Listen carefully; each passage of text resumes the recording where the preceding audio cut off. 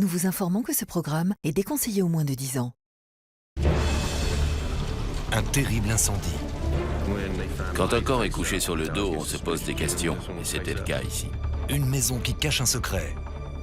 Un mystère, un triangle amoureux. Il pensait que le monde lui appartenait. Scott avait la belle vie. Il avait un travail, de l'argent et un père célèbre. Une justice qui se dérobe dans un monde de privilégiés. Les gens ne revenaient pas qu'il ne soit pas puni pour son crime. Deux jeunes nantis issus de familles influentes déchirés par une rivalité fatale. C'est tout de suite dans Crime en haute société.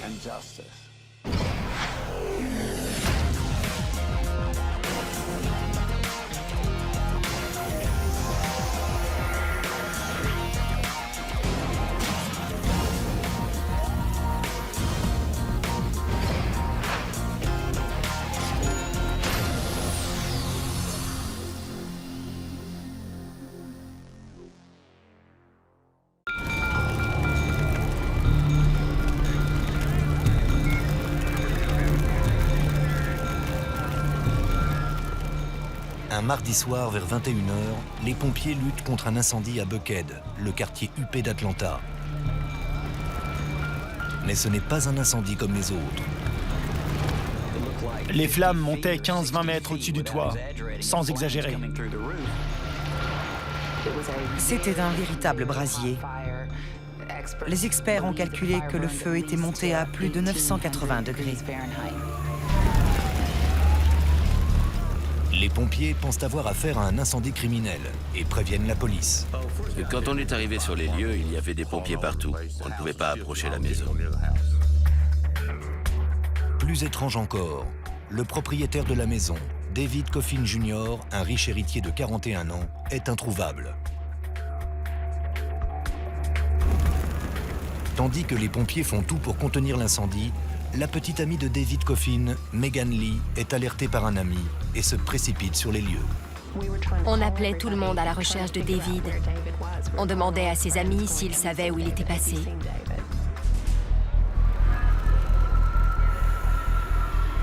Mais ce soir-là, un phénomène étrange se produit. Alors que la maison de David Coffin brûle toujours, un autre incendie se déclare à 1 km de là, chez un autre millionnaire, Scott Davis. La police n'y comprenait plus rien. Ils ont quitté une maison en flammes pour en trouver une autre. Les pompiers arrivent rapidement à bout du deuxième feu, mais ils font une macabre découverte à l'arrière de la première maison incendiée. Ils ont traversé la cuisine et un pompier a marché sur le corps de David Coffin Jr. D'après le corps, cela ne fait aucun doute, c'est une affaire pour la brigade criminelle. En général, quand on trouve un corps dans un incendie, il a le visage tourné vers le sol. Les victimes rampent pour échapper aux flammes. Quand le corps est sur le dos, on se méfie, et c'était le cas ici. Un pompier est venu me voir et m'a demandé si j'étais une proche de la victime. Je ne comprenais pas. Comment ça, la victime? Il m'a dit qu'il venait de trouver un corps dans la cuisine. Elle était anéantie, elle ne tenait plus debout. Ses amis qui l'accompagnaient devaient la soutenir pour qu'elle ne tombe pas. Je me sentais complètement submergée. J'ai réagi très violemment. Mais je n'arrivais pas à prendre conscience de la situation. Ça me paraissait impossible.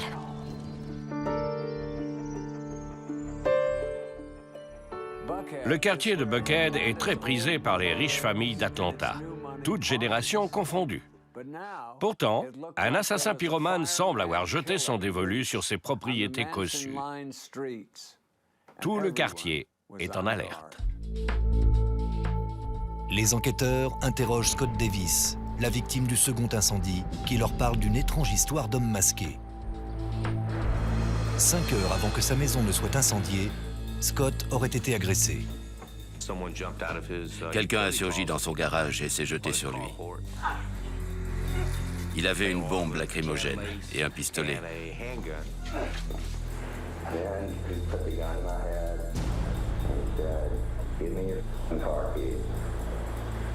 And so I did. I gave him the keys. He left me. Scott explique que son agresseur est devenu fou en voyant qu'il n'arrivait pas à démarrer la voiture.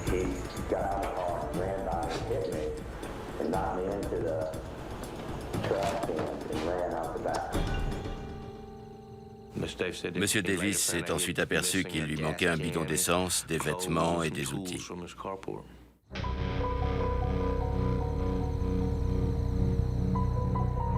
Scott Davis pense que l'agression est terminée. Mais alors que les pompiers se précipitent chez David Coffin pour éteindre l'incendie, l'agresseur revient. L'homme masqué est revenu chez Scott, cette fois-ci armé d'un pistolet. Il a tiré sur Scott Davis et mis le feu à sa maison.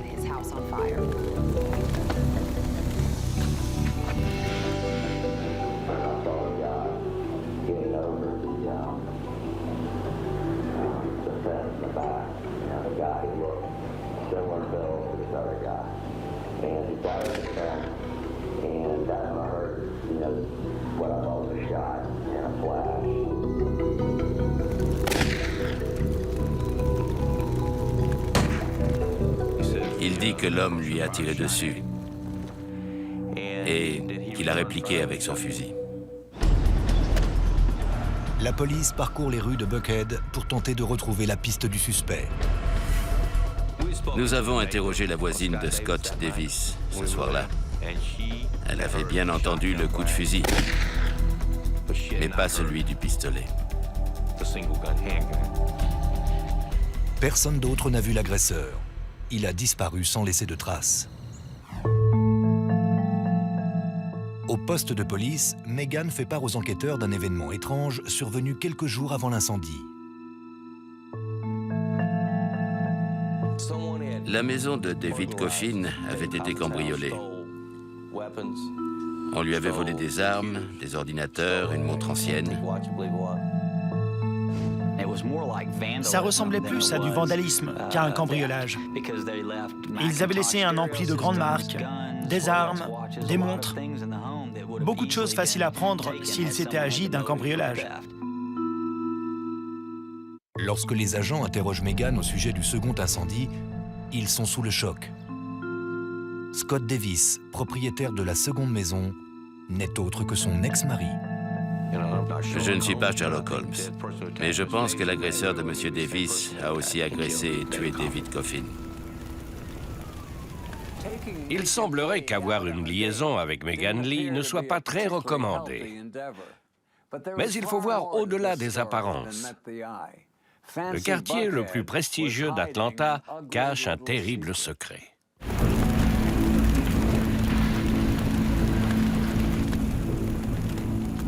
Dans la même soirée, au cœur de Buckhead, l'ex-mari de Megan Lee est agressé et son petit ami assassiné. Tandis que les enquêteurs recherchent un homme répondant au profil de l'agresseur dans l'entourage de Megan, ils s'intéressent de plus près à cette femme. Je comprends que David ait été attiré par Megan. Elle est élégante, agréable. Grâce à un solide alibi, elle est écartée de la liste des suspects. Mais les hommes chargés du dossier restent persuadés qu'elle est la clé de cette enquête. Megan rencontre Scott lorsqu'elle est étudiante à l'Université de Géorgie. Il est en train d'y terminer ses études. Le père de Scott était un célèbre psychiatre médico-légal. Il avait tout pour lui. Il a grandi dans le luxe. Il a fait ses études dans une école privée hors de prix. Il est allé à l'université de Caroline du Nord, puis à celle de Géorgie pour son MBA. Scott avait tout ce qu'il voulait, quand il voulait. Je pense qu'il avait le sentiment que tout lui était dû. Et ce qu'il veut par-dessus tout, c'est Megan. Il pensait que le monde lui appartenait. Et il était d'un caractère très opiniâtre. Ça le rendait plutôt séduisant. La belle ingénue est la star du campus. Voilà un couple fait pour durer, du moins en apparence. Après leurs études, Megan et Scott se marient et achètent une magnifique propriété à Buckhead. Elle trouve un emploi dans le marketing, tandis qu'il travaille chez Arthur Andersen, un célèbre cabinet d'expertise comptable, et rêve de se lancer en politique. il semble nager en plein bonheur. Il avait une belle femme. Il vivait dans les beaux quartiers d'Atlanta. Il avait un travail, de l'argent et un père célèbre. Scott avait la belle vie. Mais le conte de fées ne dure qu'un temps. Juste après notre mariage, les choses ont complètement changé. Ça s'est fait comme ça. Il avait gagné. Il avait obtenu ce qu'il voulait depuis toutes ces années. Une fois qu'il m'avait eu, je ne l'intéressais plus. Plus du tout. 2 ans plus tard, Megan le quitte et demande le divorce. Elle tombe alors amoureuse d'un autre homme, David Coffin. Il était trop beau. C'était un bel homme, à tout point de vue. On avait beaucoup de points communs et c'était très agréable d'être avec quelqu'un comme lui après avoir été si longtemps en mauvaise compagnie. David Coffin est un jeune bourgeois du Connecticut, héritier de la corporation Dexter, la plus ancienne entreprise cotée à la bourse new-yorkaise. Mais au lieu de vivre sur la fortune familiale, David se rend à Atlanta pour voler de ses propres ailes. David voulait construire quelque chose, créer, ou éventuellement racheter une petite entreprise pour la développer.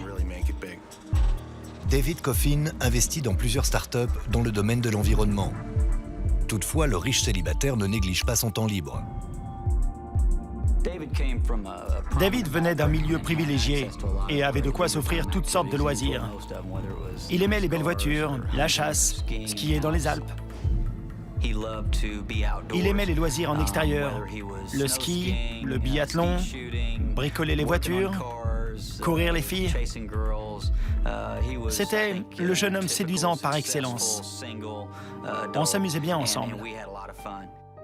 Il fait de nombreuses conquêtes. Mais Megan n'est pas comme les autres. Je crois que Megan lui plaisait beaucoup. Elle était jolie, intelligente, intéressante. Il savait qu'il pouvait partager beaucoup de choses avec elle. Mais apparemment, quelqu'un n'accepte pas cette relation. À mesure que Megan se remémore les jours qui ont précédé l'incendie, tous les soupçons se portent vers son ex-mari. D'après Megan, sa nouvelle relation avec David a mis Scott hors de lui. Scott Davis se considérait comme un privilégié, mais son ex-femme s'est mise à voir un homme qui avait beaucoup plus d'argent que lui. Il l'appelait sans arrêt. Il voulait qu'elle revienne.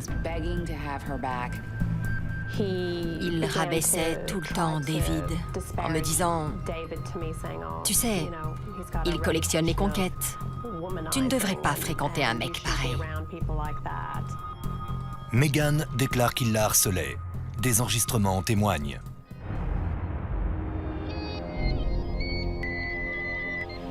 Megan, please pick up the phone. Look, I don't want to argue, I don't want to fight. Just please pick up the phone. Megan, please pick up the phone. Please pick up the phone. I need to talk to you now. Come on, I'm not trying to be mean. I just want to talk to you. Megan, please pick up the phone. Megan, I love you. I just want to talk to you. Please pick up the phone. You're killing me. D'après Megan, les appels de Scott se multiplient le samedi qui précède la mort de David. C'était devenu absurde. Il a appelé 40 ou 50 fois ce soir-là. Ses messages disaient « Je sais que David est avec toi. Pourquoi tu me fais ça? Tu veux me tuer? » Ce soir-là, David passe la nuit chez Megan. Le lendemain matin, vers 11 h, David est rentré chez lui, à Buckhead, et il a trouvé sa maison sans dessus-dessous.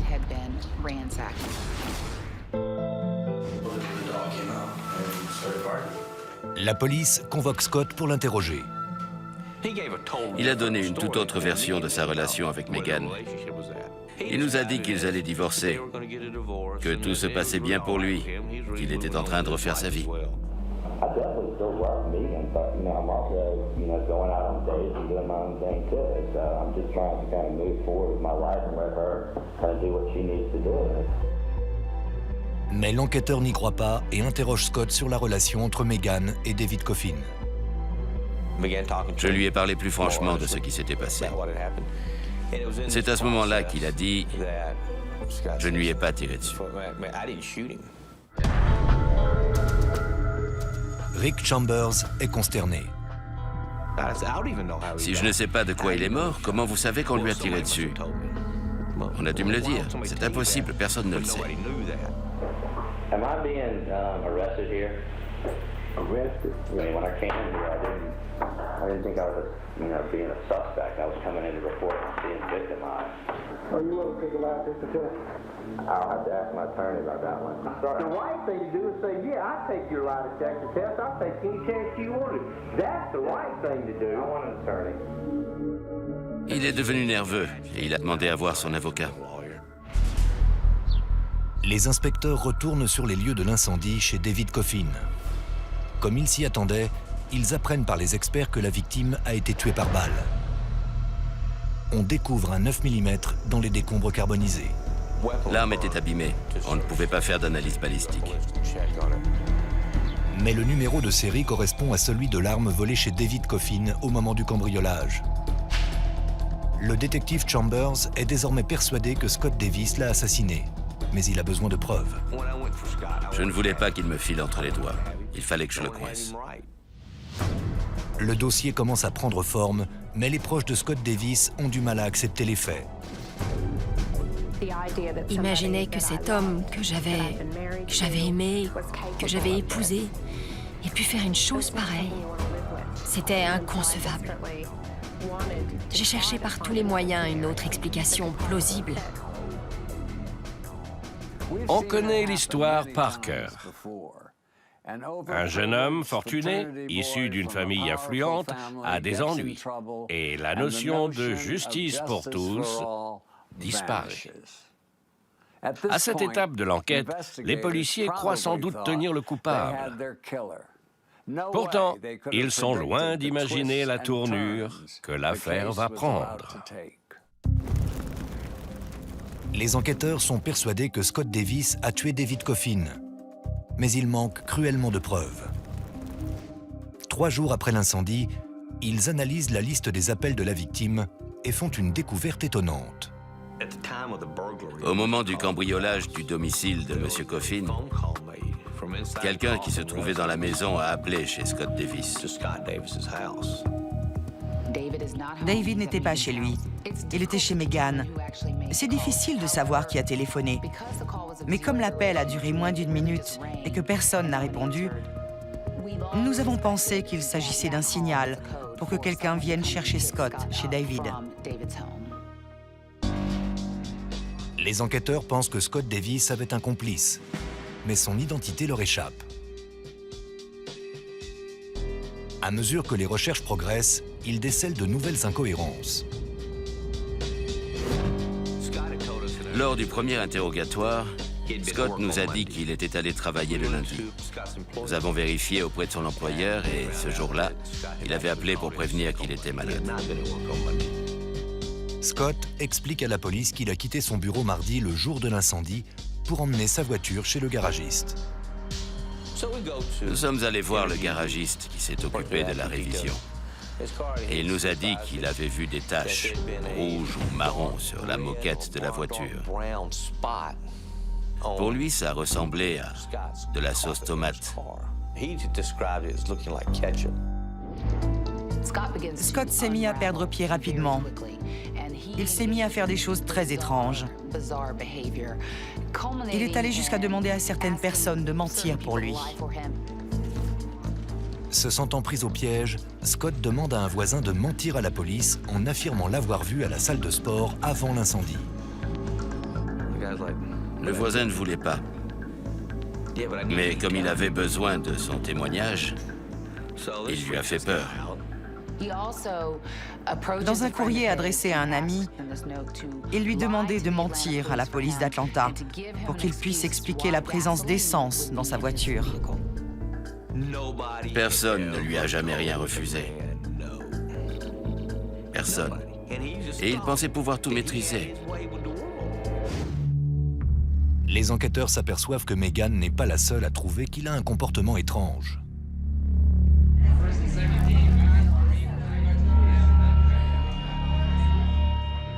Quelques jours avant l'homicide, il se fait remarquer lors d'une soirée où il arrive tout de noir vêtu et au cours de laquelle il se comporte de manière étonnante. Scott n'a pas quitté sa veste ni ses gants de la soirée. Il s'est mis à trancher violemment des fruits et du fromage en proférant des menaces. Ces gens savaient qu'il traversait des moments difficiles avec Megan. C'était une soirée très étrange. Les gens plaisantaient avec lui en disant « Et alors, tu vas tous nous tuer ?» Tout le monde se demande alors si ce comportement étrange aurait dû les alerter sur ses pulsions criminelles.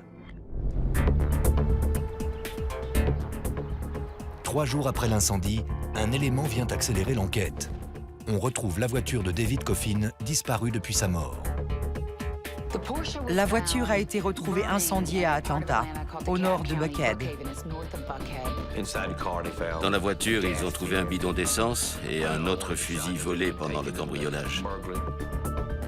Les enquêteurs montrent à Megan une photo du bidon d'essence. Et l'étau se resserre autour de son ancien époux. Megan a reconnu le bidon d'essence qu'il y avait chez Scott. Il se trouvait dans un sac des Jeux Olympiques. Ils en avaient beaucoup parce que Scott avait participé à l'organisation des Jeux de 1996.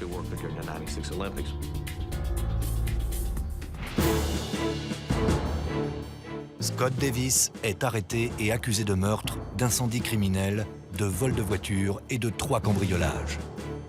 La ville est en émoi. Lorsque Scott Davis a été arrêté, Buckhead était sous le choc. C'est un enfant du quartier. Les gens ne revenaient pas de le voir traité comme un vulgaire criminel. S'il s'était agi de Monsieur Tout-le-Monde, on se serait sans doute empressé de préparer sa cellule. Mais toutes les règles ne s'appliquent pas à Scott Davis. Il s'apprête à vivre un procès pour homicide unique en son genre. Tous les ingrédients étaient là. L'argent, le pouvoir, la jalousie et le feu. Même des scénaristes d'Hollywood n'auraient pas fait mieux. Et comme dans tous les bons films, le scénario est riche en rebondissements. 1 mois après l'arrestation de Scott Davis, un nouveau procureur est nommé dans le comté de Fulton, Paul Howard. Celui-ci exprime son inquiétude quant aux preuves contenues dans le dossier. Toutefois, on soupçonne la famille de la victime de faire jouer ses relations et d'influencer le procureur. Le docteur Davis est un éminent psychiatre souvent appelé à la barre pour témoigner en tant qu'expert dans les procès d'homicide. Malgré la pression populaire, Paul Howard conclut qu'il n'y a pas suffisamment d'éléments pour aller jusqu'au procès. Nous avons décidé à ce moment-là de ne pas le poursuivre. Pourquoi ne pas faire ce procès? Ils avaient des preuves, le mobile et l'arme du crime. Scott Davis est relâché après avoir réglé une caution de 500 000 $. Plus d'1 an s'écoule et le procureur met fin aux charges retenues contre lui. Je sentais qu'il était coupable. Mais il y a une grosse différence entre ce que l'on sent et ce que l'on peut prouver au tribunal. Je pense qu'ils ont eu peur des avocats de Scott. Le père de Scott avait fait appel aux meilleurs avocats du Sud-Est, voire du pays, pour assurer la défense de son fils. Ce qui m'ennuyait, c'est que Paul Howard est procureur et que Dave Davis est expert psychiatre auprès du tribunal d'Atlanta. Ils travaillent ensemble. J'ai commencé à me poser des questions. Les gens ne revenaient pas qu'il ne soit pas puni pour son crime.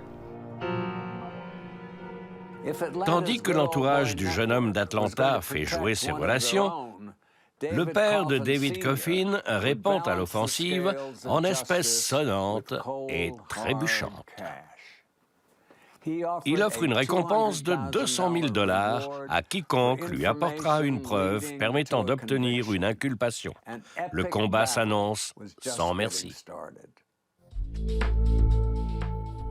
Malgré les preuves contenues dans le dossier, Scott Davis, suspecté de meurtre, est libéré suite au retrait des charges retenues contre lui par le procureur. Comme c'est souvent le cas lorsqu'on relâche un coupable évident, des rumeurs se sont répandues. Le père de Scott avait de nombreuses relations dans la police, la brigade criminelle, au tribunal. Tout le monde avait déjà eu affaire au docteur Davis, y compris Paul Howard. Et en plus, c'était un des plus éminents spécialistes en psychiatrie criminelle. Comble de l'ironie.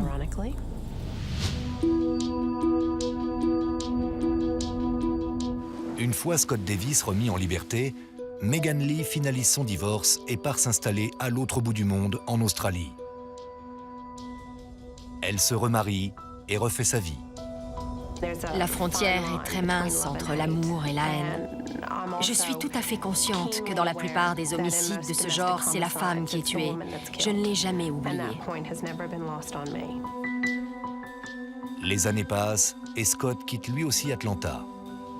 Il s'installe dans la baie de San Francisco. Il ne pouvait pas rester à Atlanta, parce que tous les gens qu'il connaissait ou qui connaissaient ses parents, au niveau professionnel ou personnel, tout le monde regardait Scott en se demandant si c'était un meurtrier. Dans le même temps, la famille de David Coffin poursuit sa quête de justice. Mon père ne lâchait pas le morceau. Il augmente la récompense à 300 000 $. On a déjà vu des affaires élucidées pour 1 000 ou 2 000 $ de récompense. Mais là, c'était incomparable. Peu après l'annonce de la récompense, un détective privé du nom de James Dawes a contacté le procureur parce qu'il avait des informations sur l'affaire Scott Davis. James Dawes prétend avoir été embauché par Scott la semaine précédant le meurtre. Scott Davis a dit à James Dawes que David Coffin couchait avec sa femme et qu'il voulait des photos ou des documents compromettants sur la relation de Megan et David. James Dawes propose de surveiller David Coffin pendant le week-end. Scott Davis a répondu au détective que c'était inutile parce qu'il allait surveiller la maison de David lui-même. Ce soir-là, David passe la nuit chez Megan. Les inspecteurs soupçonnent Scott de les avoir observés toute la soirée. Megan nous a dit qu'ils avaient passé la soirée à se faire des câlins, comme elle dit. J'imagine que pour Scott, c'en était trop. C'était insupportable pour lui d'assister à tout ça. Et il a craqué. C'est à ce moment-là qu'il a échafaudé un plan pour commettre le crime. Il a avoué à James Dawes qu'il harcelait la victime. Il espionnait sa maison, il fouillait chez lui. Le dossier de Scott Davis s'épaissit. Mais la situation est loin de faire peur au ténor du barreau qui assure sa défense, Bruce Morris. Bruce Morris est un avocat très respecté, très aimable, osé, mais il est tenace, obstiné. Il ne lâche rien. Les avocats de Scott Davis ont menacé de poursuivre James Dawes en justice s'il livrait ses informations au procureur. Le combat juridique dure un peu plus de 2 ans. Les juges finissent par écouter le témoignage de James Dawes, mais une fois de plus, le procureur refuse la mise en examen. Si on vous épargne une mise en examen pour homicide alors que tous les éléments vous accusent, que faites-vous une fois que les choses se sont tassées? Vous lancez votre carrière politique, bien sûr. En 2003, il y a eu des élections de rappel mémorables en Californie. Une quantité de gens incroyables s'était présentée. Il y avait plus de 100 candidats, y compris une star de cinéma. Imaginez, Arnold Schwarzenegger candidat, c'était de la folie. Scott Davis se présente lui aussi aux élections. Je me suis dit qu'on allait vraiment de surprise en surprise avec cette affaire. Nous étions sidérés. Lorsque l'affaire Coffin se répand dans les journaux, le candidat se retire rapidement de la course. La campagne express de Scott Davis se concentre avant tout sur le don d'organes, une cause surprenante pour un homme suspecté de meurtre. Mais l'arrogance sans borne de Scott est sur le point de lui faire du tort. Une nouvelle procureure est bien décidée à le coincer. Et croyez-moi, elle est prête à tout. 8 ans après le meurtre de David Coffin, le procureur crée une nouvelle unité chargée des dossiers non résolus et demande à la substitut du procureur Sheila Ross de diriger l'équipe. Le premier dossier que Paul Howard m'a confié était l'homicide de David Coffin. Il a dit que ce dossier devait être étudié et élucidé. Sheila Ross reprend les anciennes preuves. Tous les témoins que nous avons contactés se sentaient frustrés par cette affaire. Je lui ai dit, je ferai tout ce qu'il faut.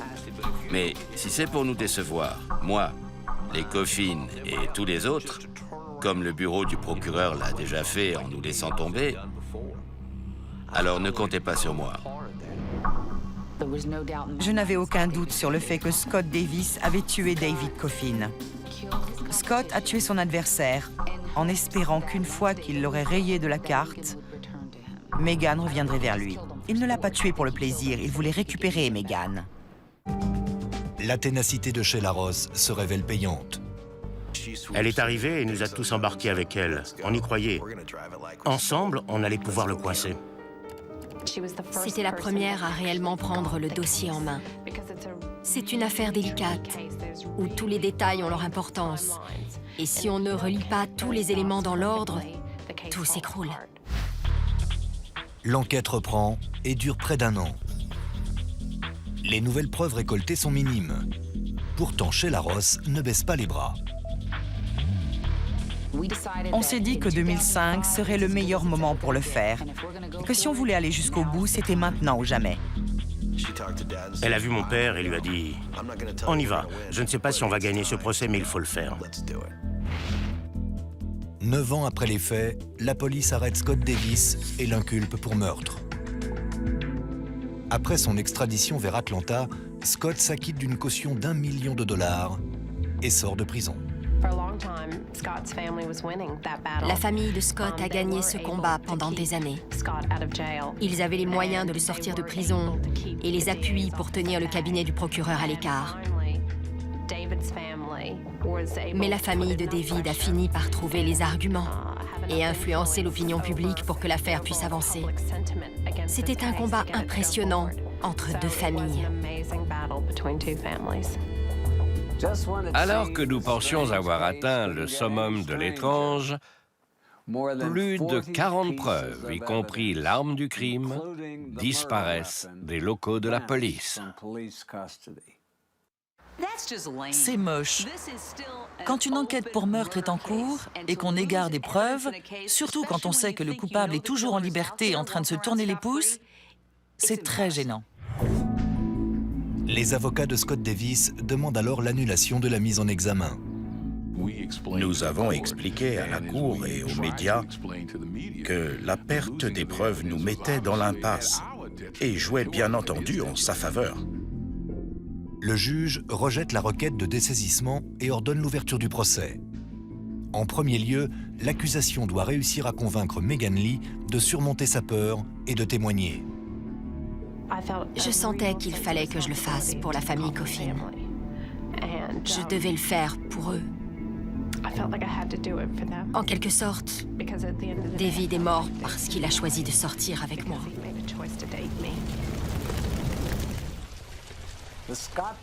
Le procès de Scott Davis est un événement incontournable à Atlanta. Megan Lee est prêt à aller à la barre et la défense fait témoigner un expert qui va surprendre tout le monde. Il aura fallu 10 ans pour que cette histoire se termine enfin. Le 28 octobre 2006, Scott Davis entre dans une salle d'audience pleine à craquer où il sera jugé pour meurtre. Tout y était. La fortune, le charme, le pouvoir et le meurtre. On jouait sur l'influence et l'argent du côté de la victime et sur le pouvoir et le prestige du côté de la famille du suspect. Il y avait un triangle amoureux, un incendie spectaculaire Une enquête, et pendant toutes ces années, l'accusation n'a jamais renoncé. La défense s'organise autour d'un groupe d'avocats mené par Bruce Morris, un des meilleurs dans le sud-est du pays. Nous nous sommes préparés pour ce procès comme pour une guerre. Nous savions que nous avions affaire à des avocats médiatisés, puissants, très coûteux et expérimentés qui feraient tout pour faire acquitter leurs clients. Sheila Ross commence sa plaidoirie en appelant Megan Lee à la barre. C'était notre Hélène de Troie.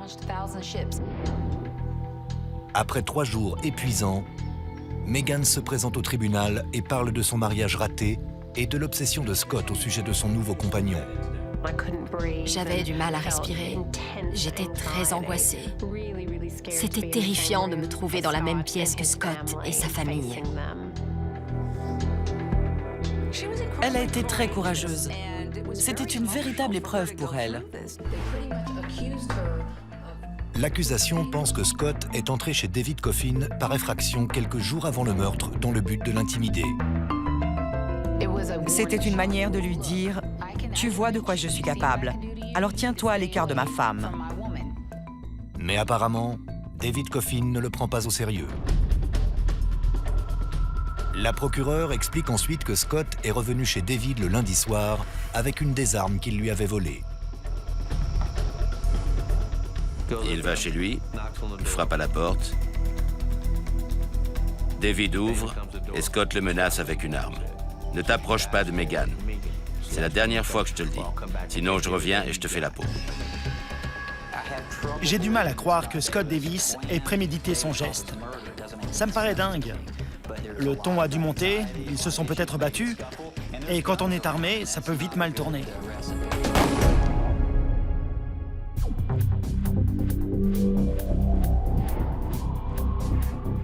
D'après les enquêteurs, Scott est retourné la nuit suivante sur les lieux du crime pour mettre le feu à toutes les preuves.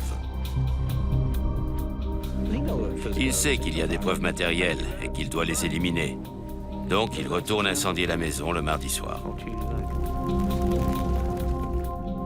Alors que les jeux sont presque faits, la défense surprend la cour en appelant un témoin surprise, le docteur Dave Davis, le père de Scott. À la stupeur générale, il fournit un alibi à son fils. I remember I was watching the news and he talked to his mother while I was watching the news. He stayed about 30 or 40 minutes and then he left. C'est la première fois que le docteur Davis fait une telle déclaration. Le docteur Davis a dit sous serment que son fils avait regardé les informations avec eux le soir du cambriolage. C'est seulement le jour du procès qu'il choisit d'apporter la preuve que son fils n'a pas pu commettre ce crime. C'est fascinant et assez ironique que le docteur Davis, éminent psychiatre de la cour, ait dû témoigner à la barre pour défendre son fils en lui servant un alibi monté de toutes pièces. Après 6 semaines de procès et l'audition de plus de 60 témoins, le procès prend fin. Scott Davis ne prendra jamais la parole. En témoignant, il aurait dû revenir sur cette histoire abracadabrante d'agression le soir de la mort de David Coffin. Un homme masqué l'aurait aspergé de gaz. Et il aurait dû expliquer tout ça. Pendant 4 jours, le jury délibère, non sans difficulté. Le dossier manquait de preuves matérielles. Tout était carbonisé. J'avais l'impression que ce tribunal ne le déclarerait jamais coupable. Mais le jury rend enfin son verdict. We, the jury, find Scott Davis guilty.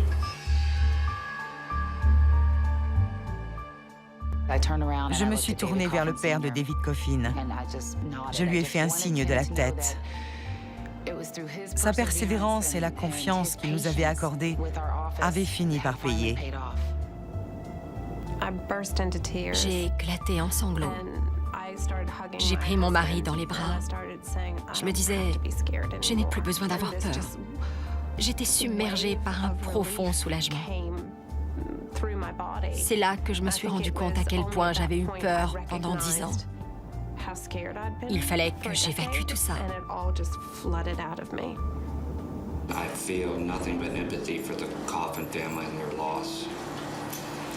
However, I've maintained my innocence throughout this, and I still maintain my innocence.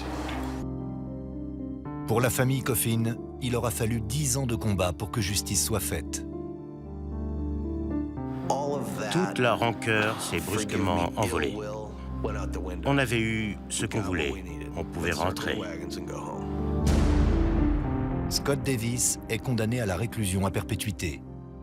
En 2020, après 14 ans de détention, il pourra demander la mise en liberté conditionnelle. Il aura 55 ans. Ce n'était pas une histoire d'amour. Scott ne m'aimait pas. Parce que, quand il m'avait près de lui, il m'ignorait totalement. C'était une histoire de pouvoir, une histoire de possession. Il voulait gagner. C'est tout ce qui l'intéressait.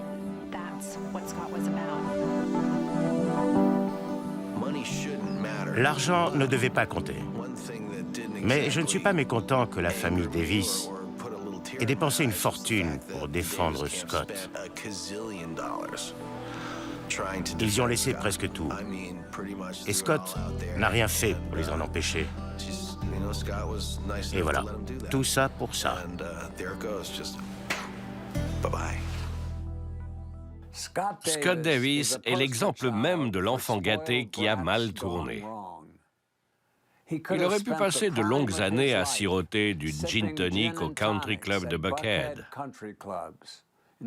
Mais au lieu de ça, il fabrique des plaques d'immatriculation à la prison de Phillips State.